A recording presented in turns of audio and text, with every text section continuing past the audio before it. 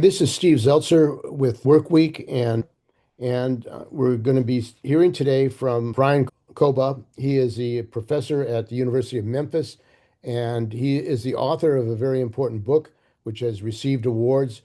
Hubert Harrison, The Forbidden Genius of Black Radicalism. And most Americans, people in the United States, even radicals, have not heard of Hubert Harrison. And he's written a book which has made a major contribution to a very important working class radical voice in the United States, and particularly around the issue of black workers in this country. So welcome, Brian. Thanks so much for having me, Steve. It's great to be here. And yeah, I'm really excited to share my work. Shall I just go ahead and jump into it? I was born to a black Kenyan father and a white American mother. And so questions of race and identity and belonging have really been at the center of my journey in life for a very long time. And fast forward a number of years, I was very active in the Occupy movement, Occupy Wall Street, and in particular, Occupy Boston, where I was based at the time.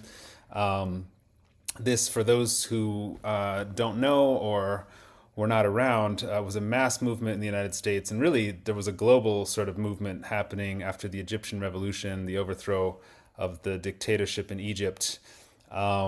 And so what I want to do is play a little clip from me speaking at the launch of Occupy Boston. This was September of 2011, as we were just beginning to kick off this Occupy movement. And Do not do that! If you can spread the word! If you can spread the word! Do not do that!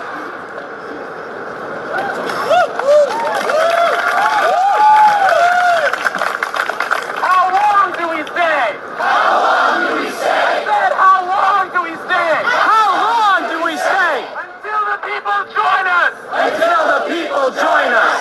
Younger and older! Younger and older! Working and jobless! Working and jobless! Able! Able! And differently able! And differently able! Pious or godless! Pious or godless! Gay, straight or trans! Gay, straight or trans! Black! Black! Latino! Latino! Arab! Arab! Asian! Asian! Or white! White! To build a new community! To build a new community! Liberty! Liberty! Justice!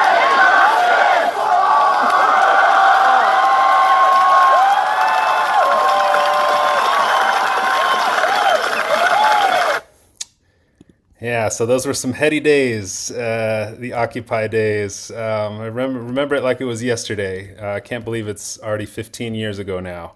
But in any case, the reason I'm sharing that is because I want people to understand that I am coming to this book and this work not just as a scholar, but as an activist. You know, someone who's been on countless marches and protests and rallies and organizing meetings and so on, just like Hubert Harrison.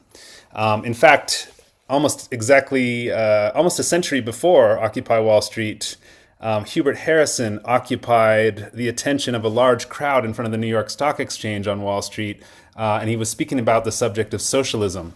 And the story goes he spoke for over 3 hours. And so as the afternoon wore on, people started getting closer and closer as his voice got hoarse and coarse. But it speaks to, you know, the way in which I can relate to Harrison's story. This is just one of many examples of the ways that I can relate to Harrison on a sort of personal level, or having a personal experience that's similar to his.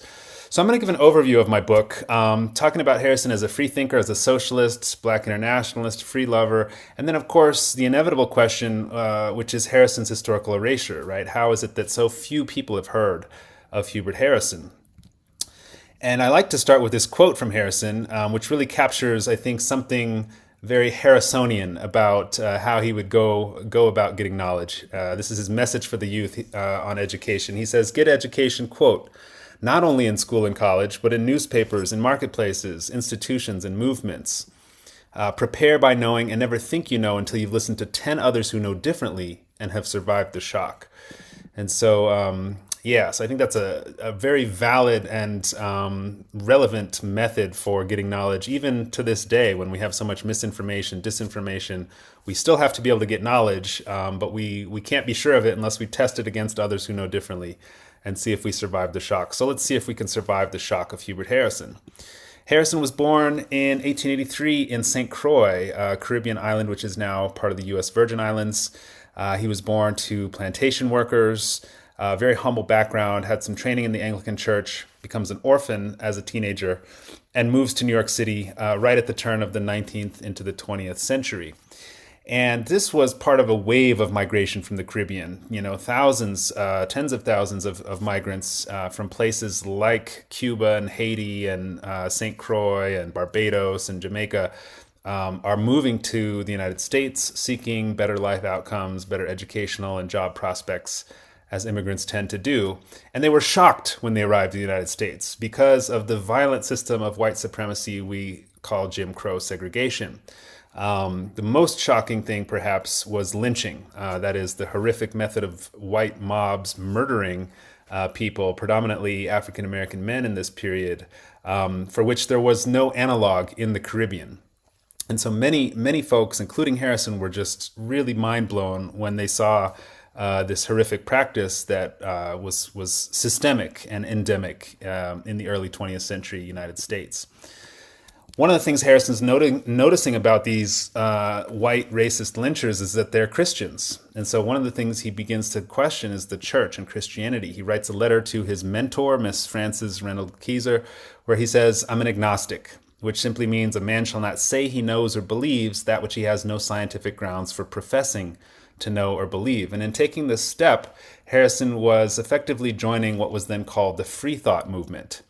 And so here's a picture of the Truth Seeker magazine, one of the main, as you can see from the masthead, a free thought and agnostic magazine, with a front page article by Hubert Harrison decrying the fact that church properties were not being taxed the same way that all other property was being taxed. The freethinkers believed they were the sort of secular humanists, as we might call them today. They believed in a strict separation of church and state, that the church should not have special privileges from the state. And of course, this is a largely European and European American movement. And so Harrison's able to make some unique contributions as a black freethinker, something that was quite rare in the early 1900s and 1910s.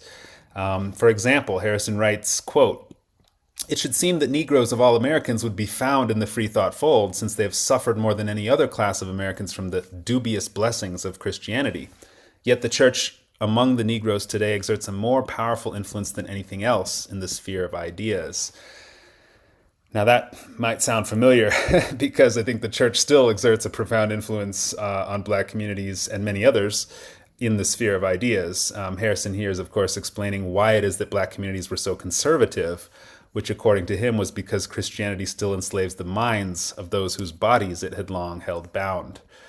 Now, lest anybody think that Harrison was not spiritual, even though he was not religious, I like to tell the story of the Reverend Ethelred Brown of the Harlem Community Church, a Unitarian Universalist congregation, who, after Harrison died, renamed his church the Hubert Harrison Memorial Church. This is an extraordinary designation. The only other black American figure I can think of that's explicitly had a church named after them is the St. John Coltrane Church in San Francisco.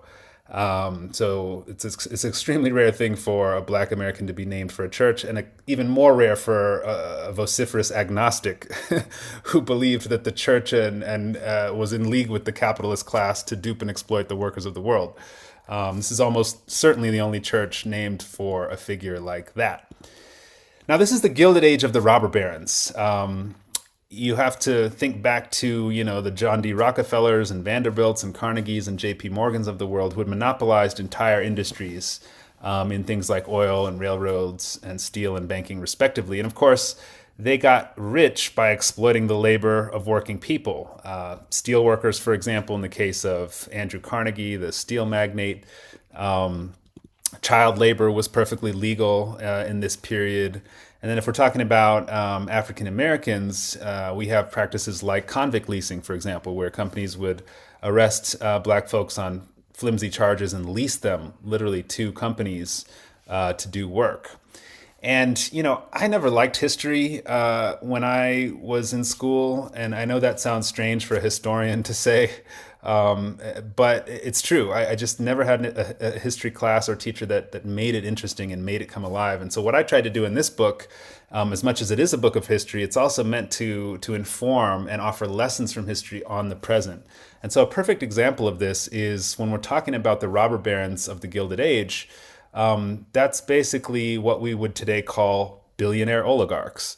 So here's a picture of Rockefeller, right? An artist's rendering of him holding the White House in his hand. And at the bottom, it says, the trust giant's point of view. What a funny little government, right? And so this speaks to not only the economic, but also the political power that the billionaire oligarchs of Harrison's day had, much like billionaire oligarchs today exert extraordinary influence on state policy, especially under Trump.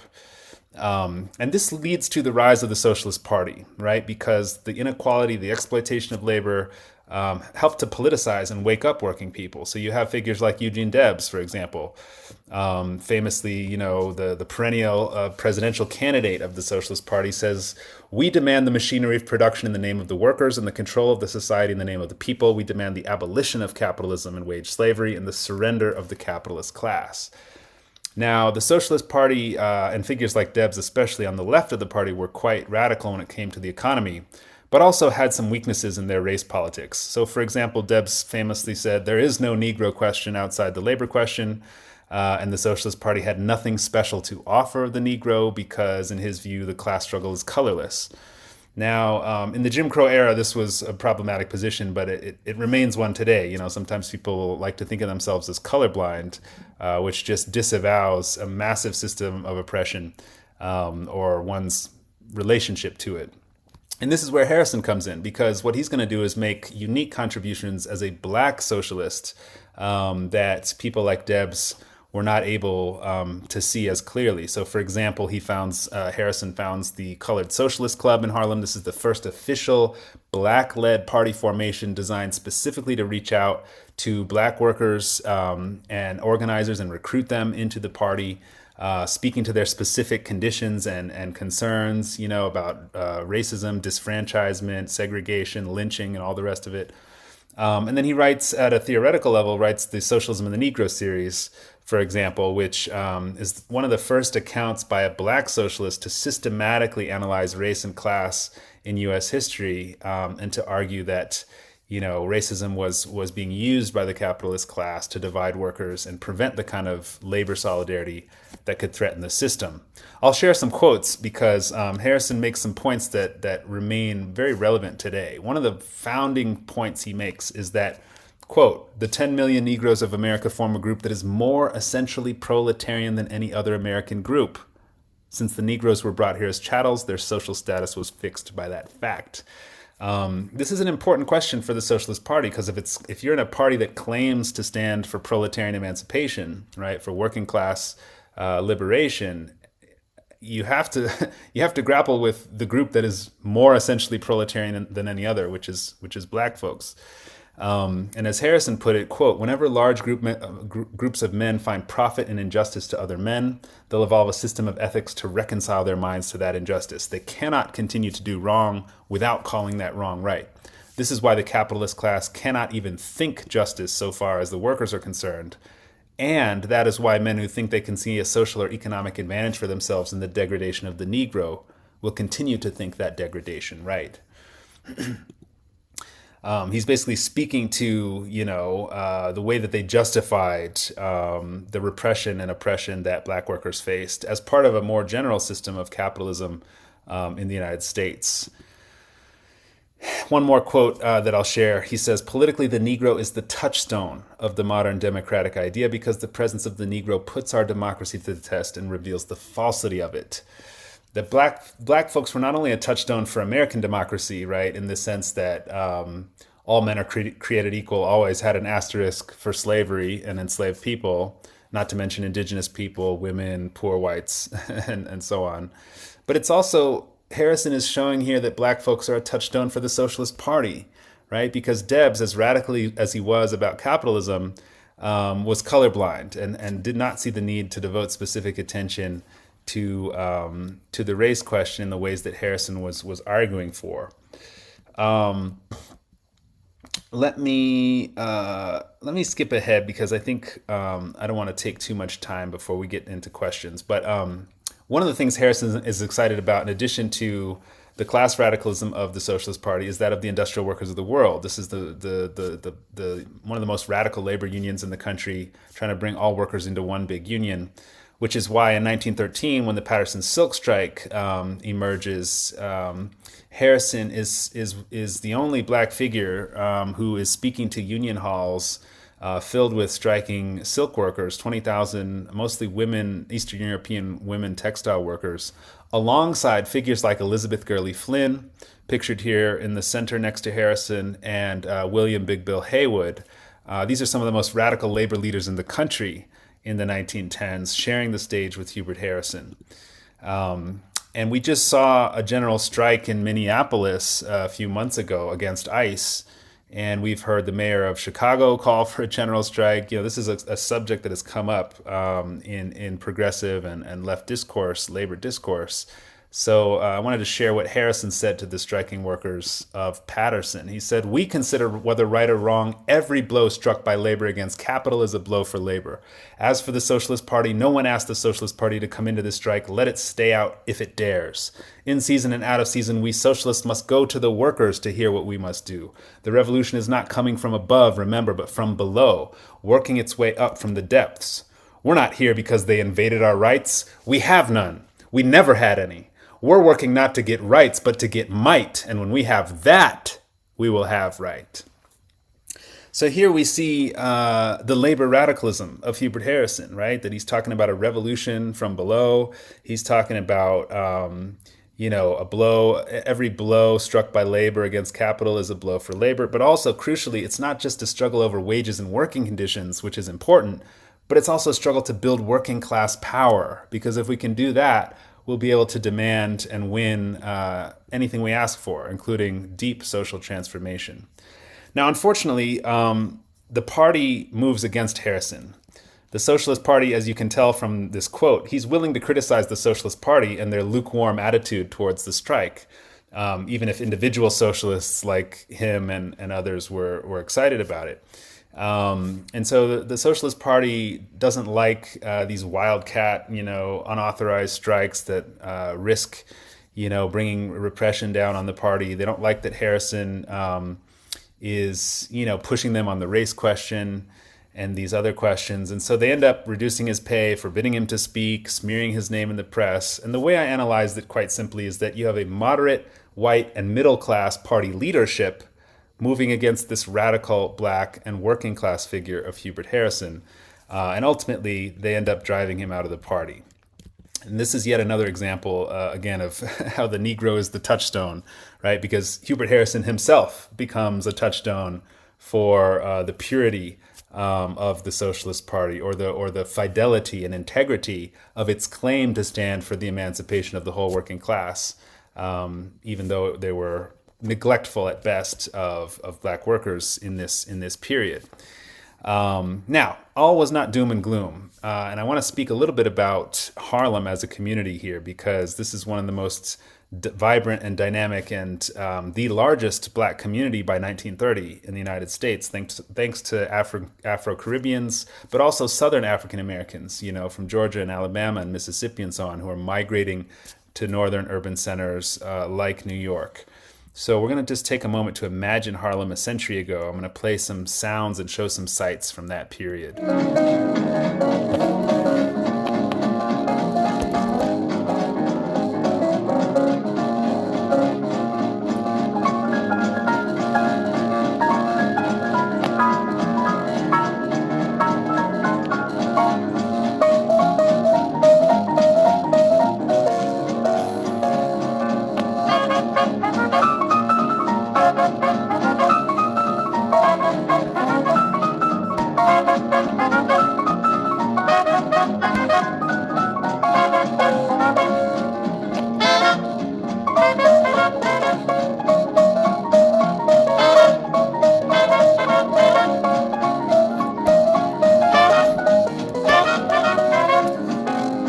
So as we can see from this magazine cover, Harlem was becoming what people talked about as the Mecca of the new Negro, a place where, you know, black folks from various different parts of the country and the world were coming together, and because of the de facto segregation, they were all being sent to Harlem.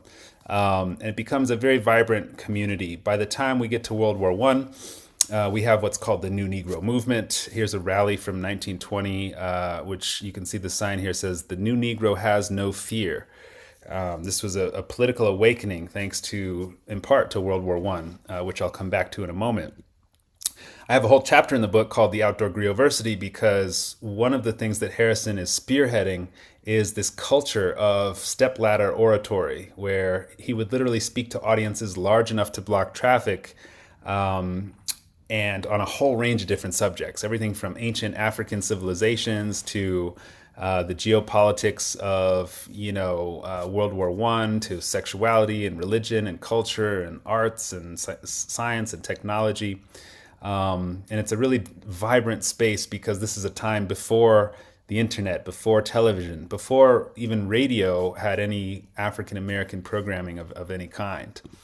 So life was lived on the streets and in an oral culture in that sense. Now, in 1917, President Wilson decides to take the U.S. into World War I, supposedly to make the world safe for democracy.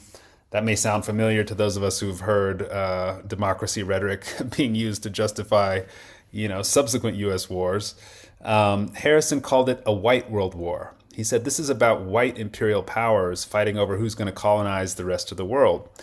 And he had a socialist analysis of the war, right? He says, for example, war is the natural and inevitable effect of the capitalist system, and therefore it's hypocritical and absurd to pretend that capitalist nations can ever intend to abolish wars. His argument, in short, was that the drive for profit leads capitalists to seek markets and investment opportunities and resources outside their own borders. And because all capitalist countries are doing this, eventually they're going to run up against each other. And that's what we see erupting in the First World War. Now, Marcus Garvey has a response to the war. He's a famous black nationalist, of course, establishes the Universal Negro Improvement Association in 1914, originally to build a Tuskegee-style institute modeled on Booker T. Washington's industrial school in Alabama. Harrison has a very different response. He founds the Liberty League of Negro Americans, which, as you can tell from this poster, the idea was to stop lynching and disfranchisement in the land which we love and make the South safe for democracy. You can see how he's using the government's language about democracy to expose the democracy hypocrisy of the Jim Crow South. The Liberty League had a race-first doctrine. It had a mass movement orientation, combining African Americans and African Caribbeans into the same organization in ways that had never been done before. It had a black or colored internationalism, which I'll come back to in a second, and even a tricolor flag, a black, brown, and yellow flag, to symbolize the relationship of black people to other peoples of color. Now, the reason why this matters, one of the reasons, is that Marcus Garvey, when he gets to Harlem, he ends up joining Harrison's Liberty League. And it's in Harrison's Liberty League that he revises his vision for the UNIA from a Tuskegee building project to a race-first mass movement internationalist organization seeking Pan-African self-determination. In other words, Harrison's Liberty League catalyzes the rise of Garvey and Garveyism. Why does that matter? It matters because Garveyism becomes, and the Universal Negro Improvement Association that Garvey was leading, becomes the largest international organization of black people that we've ever seen, frankly. Branches all across both banks of the Atlantic Ocean, North, Central, South America, the Caribbean, Africa, and influences a whole generation and multiple generations, frankly, of black nationalists and African anti-colonial figures, people like Kwame Nkrumah, deeply influenced by Garvey, Jomo Kenyatta of Kenya, Queen Mother Moore. Shout out to Ashley Farmer's new book on Queen Mother Moore. Both of Malcolm X's parents, Earl Little and Louise Little, are active members of Garvey's organization. So Malcolm was raised in a Garveyist household. Rastafarianism is influenced quite strongly by the Garvey movement. And so this is a massive movement. And if we can begin to see Harrison's impact on Garvey and then Garvey's impact on the world, we can trace a deeper lineage of Harrison's impact on the world in that sense. W.E.B. Du Bois, another famous Pan-Africanist and figure who is, head of the NAACP's Crisis magazine. He has an unfortunate response to World War I. He capitulates to the pro-war mentality of the government. He famously writes this editorial about how we need to forget our special grievances and close our ranks to get behind the war. One of the things I have to mention that's going into Du Bois's capitulation to a pro-war position, including forgetting about lynching and segregation and disfranchisement in order to help win the war, is repression, state repression. We have the first Red Scare and the groundwork for that being laid during World War I, right? Because millions of people opposed the war, and the war detonates a political awakening in the world. You have the Russian Revolution, in 1917, the Seattle General Strike, for example, here in the United States in 1919. And the Espionage and Sedition Acts were passed by Congress to criminalize anti-war speech, much like we see, people who want to demonstrate for Palestine being criminalized and in some cases detained or deported. Not to mention NSPM 7, the new document that the government has released that explicitly names a whole number of left-wing and progressive organizations and individuals in a kind of new McCarthyism. This is another way that my book, speaks to the present, right? Harrison has this brilliant call for what he calls a colored international. He says a call should be issued for a Congress of the darker races, which should be frankly anti-imperialistic and should serve as an international center of cooperation from which strength may be drawn for the several sections of the world of color. The Congress should be made up of those who realize that capitalist imperialism, which mercilessly exploits the darker races for its own financial purposes, is the enemy which we must combine to fight. In other words, linking up all the colonized peoples of the world, including the Irish, who Harrison was very supportive of and took a lot of inspiration from. This would be basically a complement to the second and especially to the third international, the Communist International, which was linking up the communist parties of the U.S. and Europe in a kind of European world radicalism that could be supplemented by an international for the colonized and colored peoples of the world. Now, I have to, before I wrap up, I can't not speak about Chapter 6. This is the most controversial and I think generative chapter in the book. It's called Black Free Love Politics and the Queer New Negro. Because I found this document here in the archive, and it was one of those moments where, as a historian in the archive, you'll find something that just opens up a whole new world or a whole new set of questions just from a single document. Anyone who's done any kind of archival research will be able to relate to that. So this was one of those moments for me when I saw Harrison's 6 lectures on sex from 1917. Because basically, to make a long story short, it establishes Harrison as one of, if not the first black figure in U.S. history to denounce church and state repression of sexuality and give a public-facing lecture series on sex education and explicitly call for decriminalizing access to contraception, but also to defend free love on the grounds, in part, that we are not monogamists by nature, according to Harrison, but by compulsion from the church and from the state and from capitalism itself. And you can imagine it was not an easy argument to make. You have the sex-negative morality of the church, those who Harrison called the puritanic prudes. Most churches were opposed to contraception and abortion and sex outside of marriage and sex work and masturbation and homosexuality. But even worse than the sex negativity of the church was the sex negativity of the state and state repression. You have, for example, the federal Comstock laws, which named for Anthony Comstock, this kind of national crusader against all manner of things sexual, which literally criminalized at a federal level contraceptives, which were made illegal, abortion was illegal, sex toys, sex work were illegal, extramarital sex was illegal, anal sex and oral sex were illegal, sex education pamphlets, erotica, paintings with too much skin, novels with sexual contents could be deemed obscene and criminalized and censored and taken off the market. And so it's a very repressive sort of moment. And And this brings me to Audre Lorde, who's so instructive about the meaning of sexual repression. She says, in order to perpetuate itself, every oppression must corrupt or distort those various sources of power within the culture of the oppressed that can provide energy for change. For women, this has meant a suppression of the erotic as a considered source of power and information within our lives. And in Harrison's time, there were women who were pushing back against this. For example, the blues women were some of the most erotically liberated women in the country. But unfortunately, what Lord is saying about the suppression of women's erotic power was also true for black men, especially because not only was lynching a national epidemic, literally twice a week on average, you had lynchings during Harrison's day, but it often included castration. Here's a headline: "Boy unsexes Negro before mob lynches him," speaking to the way in which lynching was often directed at the masculinity and sexuality of black men, whether real or perceived, and part of a larger Jim Crow ideology, what we might call racist misandry, construing the black male as a sexual threat to the supposed purity of white women. Films like Birth of a Nation, which celebrated the Ku Klux Klan and perpetuated this stereotype, this pernicious stereotype of the black male as a brute and as a sexual threat.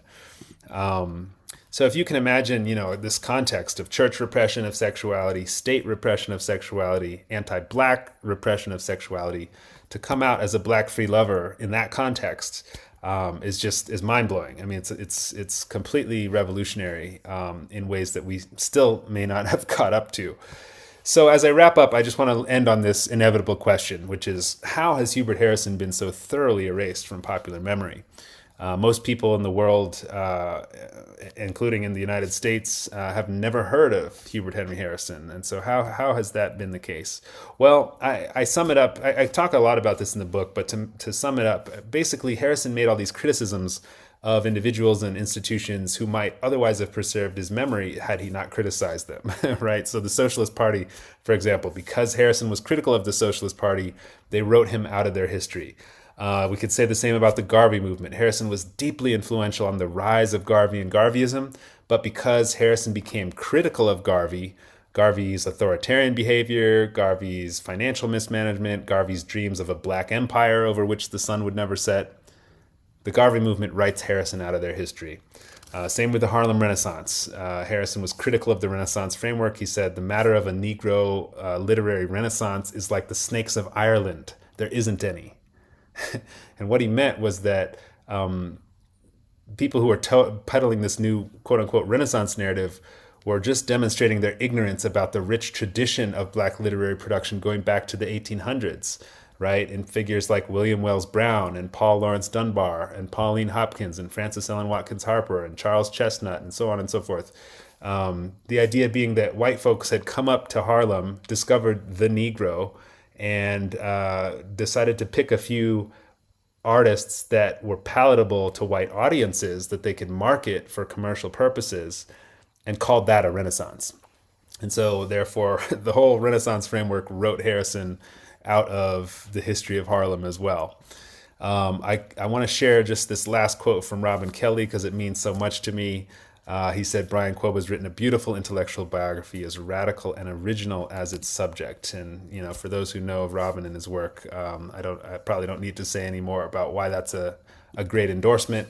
I also want to mention that my book won the 2026 Frantz Fanon Outstanding Book Award from the Caribbean Philosophical Association, which is a massive honor, not just because it attaches, Frantz Fanon to my work and the weight of what Fanon represents, but also because this is a philosophy award and I'm a historian. So it speaks to the interdisciplinary nature of my book. Why don't we talk about Hubert Harrison's development in Harlem? Because as you have said in your book, and the Harlem was a important focal point for Black consciousness, Black art, Black music, the Black people in the United States who had come from many other countries coming to Harlem. And how did he build a movement? How did he use the voice, the paper that he built to take his issues and ideas and develop this within Harlem and internationally? Great question. Yeah. So yeah, Harlem is important. I mean, even U.S. military intelligence would come to identify New York as what they call the fountainhead of Negro radicalism in the country. And this is because New York is such a big city, and there's so many cutting edge economic and technological and social and cultural innovations that are coming out of New York in the early 20th century. And Black radicalism of the kind that Harrison is developing there is one of them. You mentioned the Voice newspaper, which is a really key publication because it essentially opens the door to a whole new generation, a whole new era of radical black newspaperdom. The Voice is founded in 1917, really as an organ of Harrison's Liberty League, which I mentioned before, the organization that he founded in the midst of World War I and which recruited a young Marcus Garvey. The Voice newspaper inspires other papers like The Messenger, for example. That's the Black Socialist magazine that A. Philip Randolph and Chandler Owen would become so notorious for publishing. The Negro World newspaper, which comes in 1918, the Garvey movement newspaper, was directly inspired by Harrison's voice, much like Garvey himself was directly inspired by Harrison. You have the Crusader magazine, Cyril Briggs and the African Blood Brotherhood, and some folks like Grace Campbell and a number of folks who are going to be the first generation of Black communists are coalescing around the Crusader. So there's all these papers that take inspiration from Harrison's voice that are published in the aftermath of his example, and yeah, it speaks to the ways in which Harlem really was correctly identified by U.S. military intelligence as a fountainhead of Black radicalism in the country. You have all these different Caribbean and African American radicals that congregate in New York, and it becomes a kind of hub and a kind of mecca, for Black culture, as you said. Eugene Debs was the leader of the largest working class socialist party, and Hubert Harrison was involved in that party. Maybe you can talk about the Socialist Party's relationship and Debs' relationship to the fight against systemic racism in the United States. Debs he's a mixed bag on the race question, and that's something that I think a lot of people on the left have trouble accepting. But the thing about this is, like, if we want to make the left a place that's welcoming to Black workers and organizers, we got to be honest about the limitations of some of our heroes, And so, yes, Debs refused to speak at segregated branches of the Socialist Party. He believed that black workers should be a part of the labor movement. So he has these. Debs himself, spoke against racial oppression at different times. So there's that on the one hand, but then there's the other side of Debs, which is where he says we have nothing special to offer the Negro. As though there's nothing special about lynching, or there's nothing special about segregation, or there's nothing special about disfranchisement, or there's nothing special about anti-Black massacres that are running rampant in the Red Summer of 1919, for example, where over a dozen cities and towns in the U.S. Witnessed white mob massacres of entire Black communities. I think that this is the Achilles heel in some ways of the left. This what I call a certain kind of white leftism, or to put it differently, an anti-Black leftism, right, which treats either is colorless and thereby neglects the special repression facing workers of color, or is in another register, threatened by the autonomous organizing of Black folks as a response to the racism that they experience, right? So, for example, one of the things that Harrison does when he founds the Colored Socialist Club is he's trying to create a space that's welcoming to Black workers and other workers of color, because the mainstream party structures are not necessarily as welcoming as they could be. And also because there were ethnic associations for Poles, for Lithuanians, for Russians, for all these different groups in the Socialist Party, Why not have a special association for black workers, right? It would be parity in that sense. But as the famous quote goes, to those accustomed to privilege, equality feels like oppression.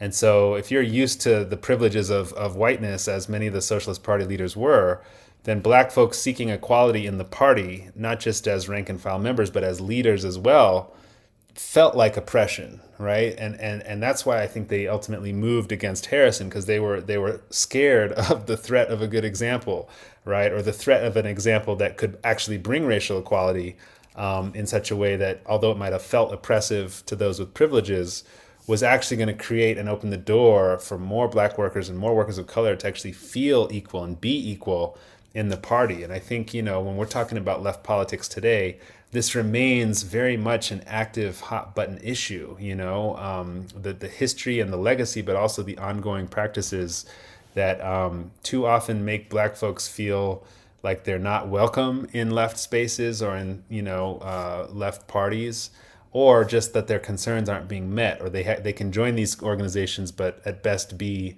rank and file contributors, but not leaders. The Russian Revolution had a very important role, not only internationally, but in the United States. And there was support for it among leftist radicals in the United States. Maybe you can talk about his view on the Russian Revolution and also the repression of leftists and blacks in the United States who were supporting the Russian Revolution. Absolutely. So the Russian Revolution is such an important event, and it's staggering how little people know about it, because it holds so many lessons for visionary thinking and revolutionary politics.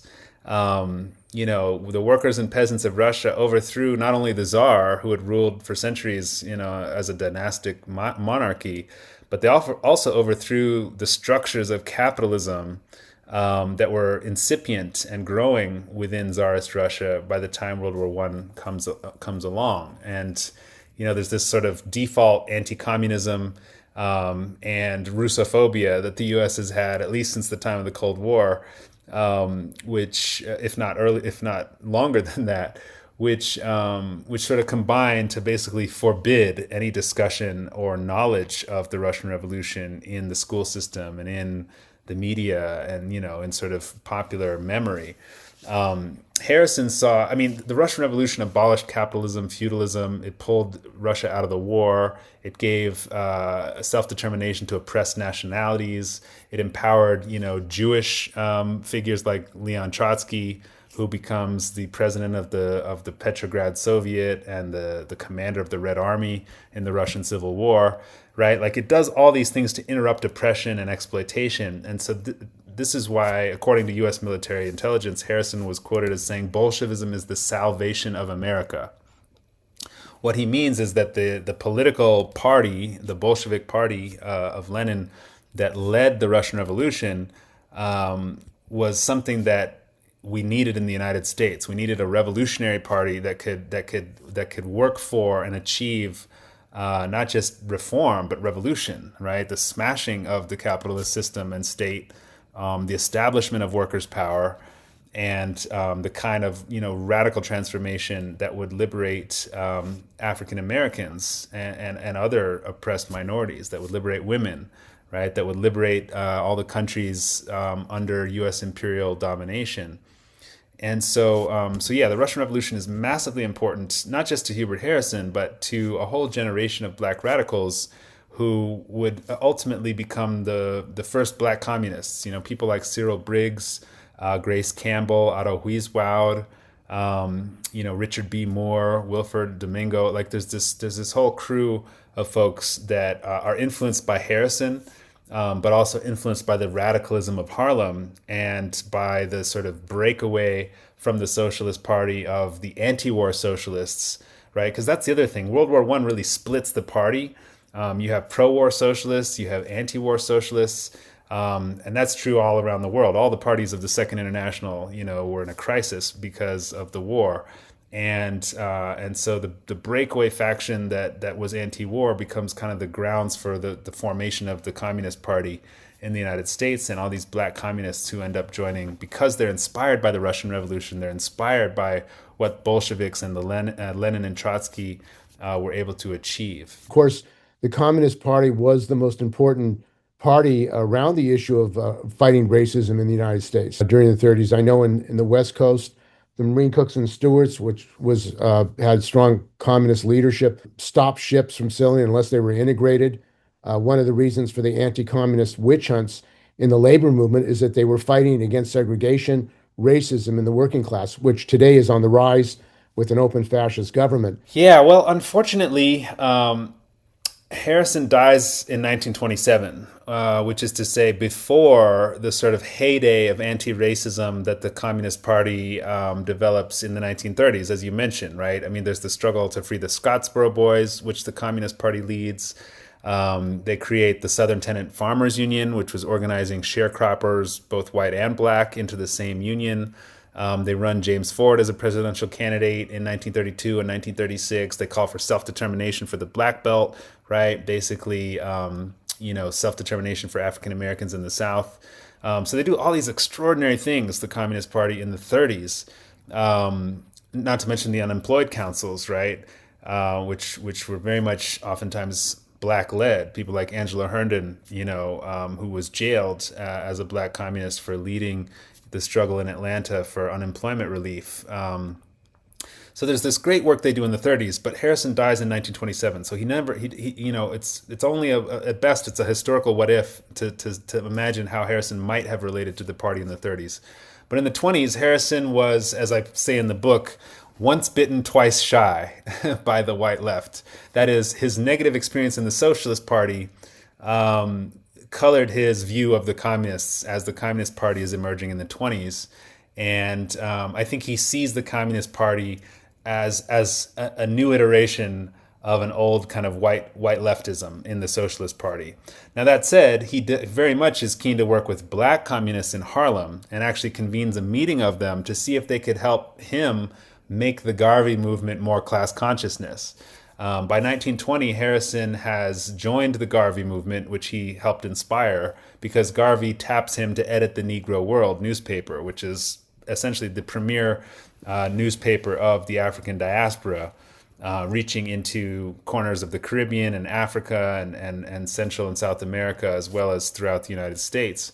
And so that's a very interesting kind of moment as well, because it speaks to the heterogeneity within the Garvey movement, right? That yes, you have the pro-capitalist and pro-black imperialist elements like Garvey himself, but you also have figures like Hubert Harrison, who are anti-capitalist and who are anti-imperialists and radical internationalists and willing to work with black communists and black Marxists to try to promote class consciousness within black nationalist formations like the Garvey movement. I think that one of the most lasting impacts that Harrison has in relation to communism or to the Communist Party at least is by, as I said earlier, influencing very heavily that first generation of black communists. Williana Burroughs, for example, one of those early black women communists, was good friends with Harrison, was actually Harrison's first love interest. And when he found out that she was already kind of engaged to his friend Charles Burroughs, he was actually happy for them because he knew both of them and didn't know that they were, getting engaged and romantically connected. But when he learned that, he was happy for them. And Williana actually ended up being a part of Harrison's marriage later on. So they stayed friends and they stayed in touch. And that's just one example of, somebody who Harrison knew very, very personally and who he had influenced as part of his general influence on Harlem, particularly the black radical tradition in Harlem. All those sort of early black communists in Harlem who Mark Nason writes about so eloquently in his book on communists in Harlem were sort of descendants and political proteges of Hubert Harrison. Today, with the fascist government, which wants to sanitize history, including with the Civil War, the removal of signage at national monuments, and censoring out the real history of the black people, black working class, there has been no major mobilization, and the Democrats are not calling, of course, for major mobilization against these attacks. What do you see as the political development of building a mass working class black movement independent of the Democrats? Yeah, I mean, this is really an important question, and I think it ultimately it goes back to what I said earlier about the kind of the way in which a certain brand of white leftism has been an Achilles heel. The Democratic Party has also been an Achilles heel of the left, but I think the race question has also been an Achilles heel. And I'll give a simple example of this. A couple of months back, actually about a year back now, shortly after the book came out, I wanted to get an interview with Jacobin magazine, which I'm sure you know, and your listeners and readers will, or your audience will probably know as well. And so I contacted my friend Peter, who had written for them before and knew one or two editors there, and was like, "Hey, let's do a book interview and pitch it to Jacobin." And we're like, "Sure, okay." So we do that. We pitched them this thing. They're like, "Oh yeah, send us what you have." We sent them a draft. We had sort of written up this whole sort of written interview about the book. Peter interviewing me about the book, and we sent it to them. And they sent us back all these sort of changes and suggestions and feedback, which we incorporated to the best of our ability and then sent them a revised draft. And then we're waiting and waiting and waiting. And eventually we're like, "What's up?" They're not responding. We try to reach out to them. Eventually they get back to us and they say, "This is a strong interview, but we're not going to run it because it doesn't jibe perfectly with our editorial line." Now it was great that they said it so openly, like they didn't make up some other reason not to run it. But what was so striking about it to me, apart from the, disappointment and unprofessionalism of greenlighting a project, working with us on it, and then suddenly pulling the rug out from under us at the last minute, was it struck me that this is exactly the problem that Hubert Harrison was dealing with in the Socialist Party. Right? He's trying to get them to take black workers more seriously, to take on board more black organizers and so on.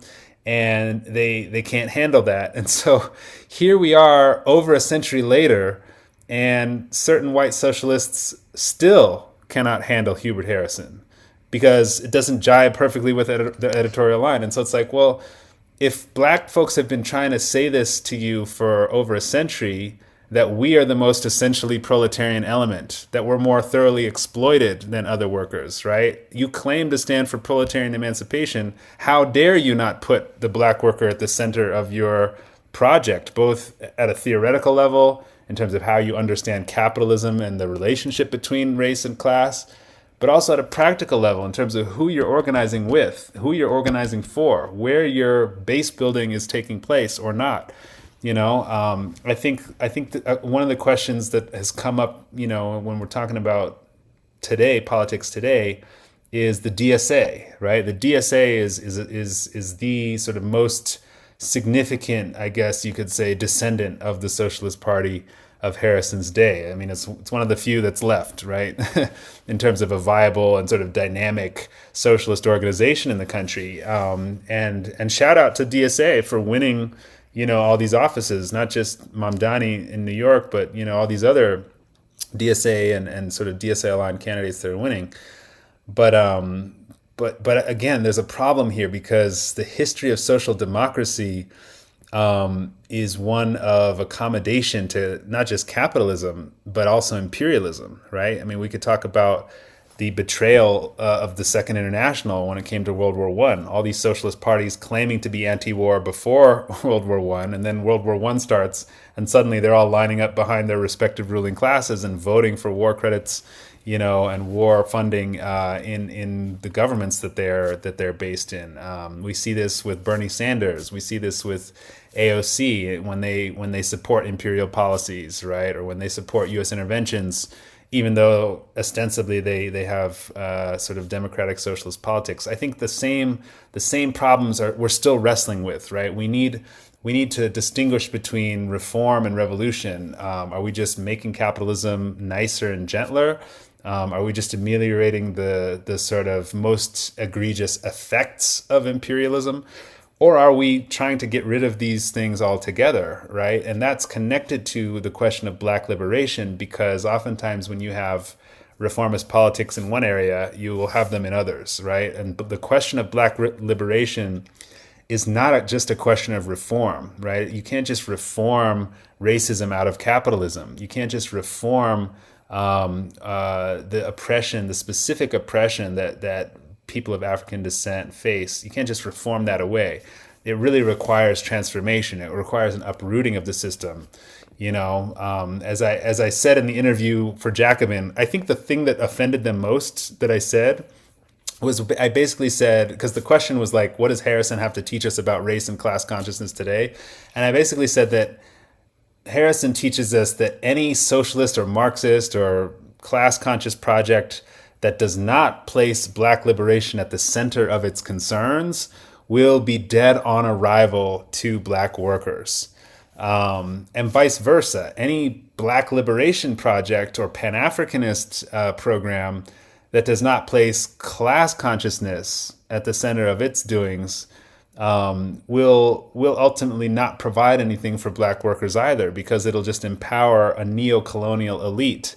You'll have Black faces in high places, as we do in Africa and in the Caribbean, but the conditions for the masses will probably not be much different, right? And so this is the ultimate sort of paradox or challenge, let me say, which is we need Black liberation at the center of class politics, but we also need class politics at the center of Pan-African thinking and practice. And so it's a both and in that sense. And it's not just those. We also need a gender and sexuality analysis. We need, an analysis about the climate. We need, there's a lot of other things that I think can go into this. But when it comes to race and class, I think we need to be much more humble and much more conscious of the history that we're coming out of and how we overcome that. I mean, this is a place where, it would be good to study Germany. It'd be good to study the Weimar Republic. It'd be good to study the period of 1918 to 1923, where there was the potential for a German revolution at more than one juncture, but ultimately the Weimar Republic is what paves the way for fascism, right? It's the Social Democrats who murder Karl Liebknecht and Rosa Luxemburg in a very treacherous manner. It's a SPD government, right? A Social Democrat government that presides over that type of state repression. And so I think we need to be hopeful about the people who are voting in these DSA candidates for the right reasons, because they're against ICE and because they're against genocide in Gaza and because they're for healthcare and